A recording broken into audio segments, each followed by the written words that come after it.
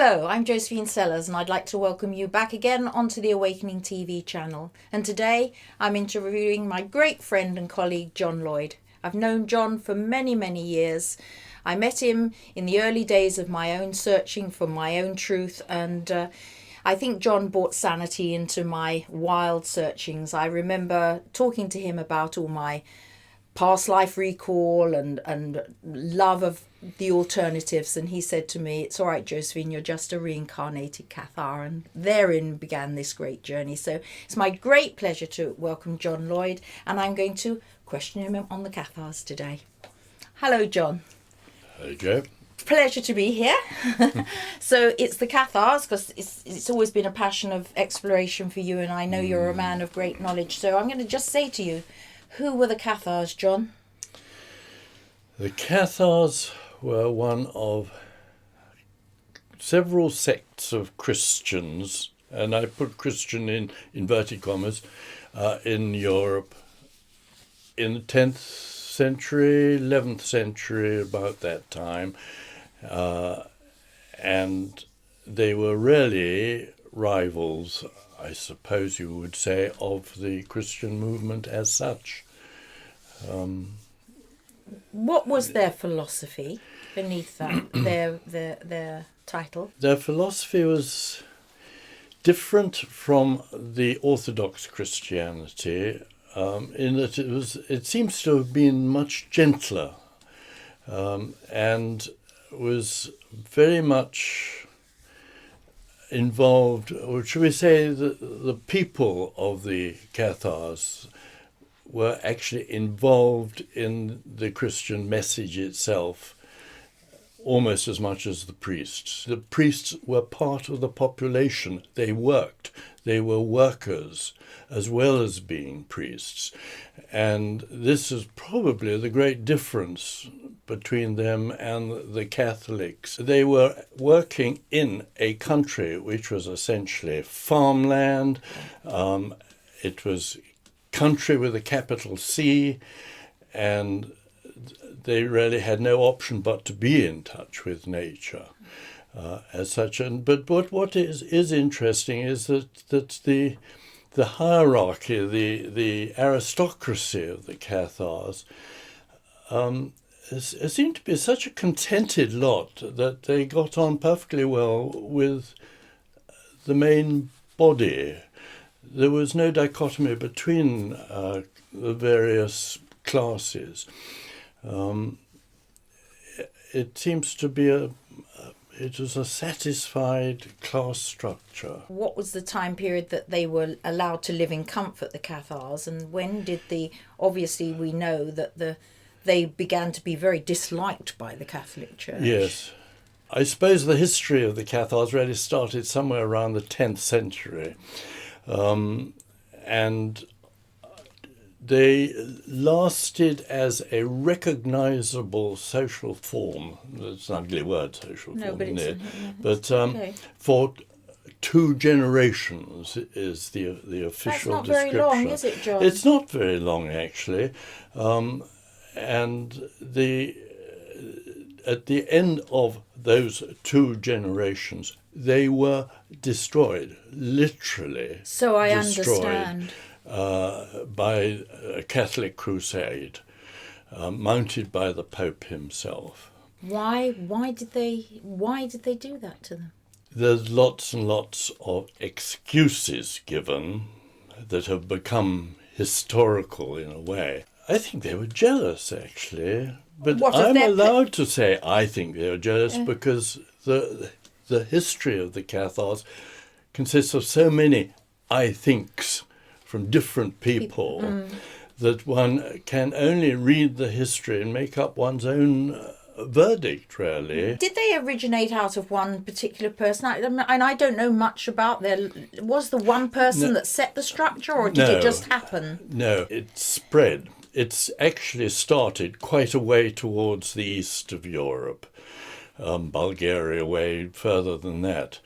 And it spread into France, south of France, and that is really where it concentrated. Am I right in understanding that the royal families of that part of Europe, the hierarchy were all Cathars, weren't they? Or a large part of them were, or am I wrong in that? Certainly the aristocracy in that area were, if not Cathars themselves, they were certainly sympathetic to the thought process that they called Cathar. The result was a society which seemed to be perfectly satisfied with itself. Sounds idyllic. It does rather. And in south of France, idyllic climate. That is right. Yeah. Yes. Everything sounds beautiful. It certainly, the records indicate that everything was beautiful,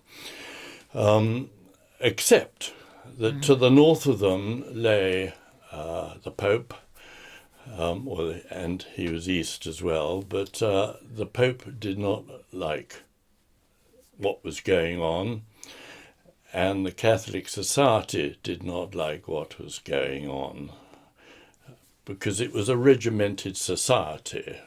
And dare I say it, they didn't like it because they were told not to like it, and it was essentially an evil process that was occurring in the south of France. And the Pope decided to do something about it. And what he decided to do about it is horrific. That's right. He mounted the first Crusade. And from then on, the blood flowed in the Languedoc, which was the main Cathar area in the south of France.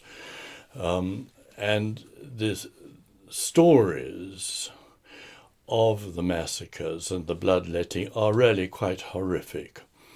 And there are no excuses offered. It's calculated that some 500,000 or so people of the population of the Languedoc, 500,000 were killed in the crusade that was mounted against them by the Pope. And a lot of those who were killed were actually Catholics as well. The bloodlet there was no control. Why were Catholics killed as well? Were they erring to... They were part of the population of the Languedoc, and though maybe they were Catholic orientated, or Catholic, should we say they called themselves Catholics, they were imbued by the atmosphere of the Languedoc. And the Cathar and philosophy for life. They weren't necessarily Cathars as such, but their outlook was certainly tainted by the Cathar philosophy, which was essentially very generous and charitable and unambitious. I also remember, a big thing for me about the Cathars is to know that they did believe in reincarnation pre-life, didn't they? That's right, yes. They believed in the reincarnation and practiced it. To what extent they used it and practiced it, I don't know. And I don't think that we do know much except the occasional story that filters through from their history. But it did start the ball rolling for the later religions, the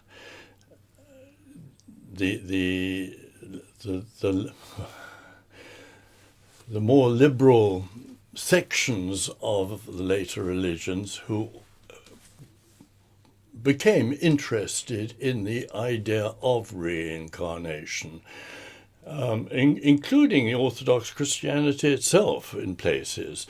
And if you look through the list of the great authors of that day, it is quite surprising how many of them write or mention, maybe in some small part in their works, they mention and appear to accept the idea of reincarnation as such. There's not a lot out there, is there? Well, it's not something we were taught in history at school. It's No. one of those areas of history that seems to be very washed over. It is quite extraordinary because if you are in society, in some sort of party or something like that, in a house or something, and you mention the idea of reincarnation, it is surprising how many people around you will react to it. Absolutely. And react, I might say, sympathetically Yes. to the idea. Yes. And sometimes it is surprising how many actually claim experience of that idea.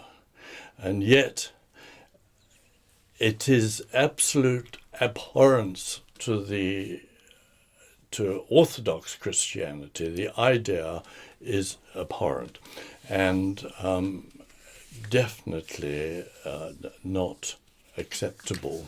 Why do you think that the Orthodox religions preferred not to have their lesser mortals believing that they may have lived before? The idea is, the reason's very basic, really. Once you accept that the hoi polloi, for lack of a better word, have had other experiences in other realms other than yours, or the same as yours, and possibly were way above you in social thing. You could have been a king maybe in a previous life. That is unlikely, but at least you would maybe have been well known in a previous life, and you are a peasant in this one. And this destroys the whole idea of authority. And so as far as the Orthodox Church was concerned, it was blasphemous and a heinous crime. And during the Cathar Crusades, the Catholics called them Crusades, it was a certain death penalty would result if you accepted or admitted to any belief in reincarnation. In fact, it was a very, very bloody affair in Europe. It is quite extraordinary at that period how people easily killed each other for what today we would see as an interesting difference of opinion, maybe. It's rather horrific, really. Well, I just want to say thank you, John. It's been a real pleasure to interview you today. You've been a major part of my life. You've been my researcher for many years, my a book editor, and I realised as I got to know you more, you've had a very interesting life yourself that led you into all this exploration of Cathars and Jung and way beyond, and many of the religious structures of the world. A great man, a great academic, and a great friend, John Lloyd. Thank you. Thank you, John.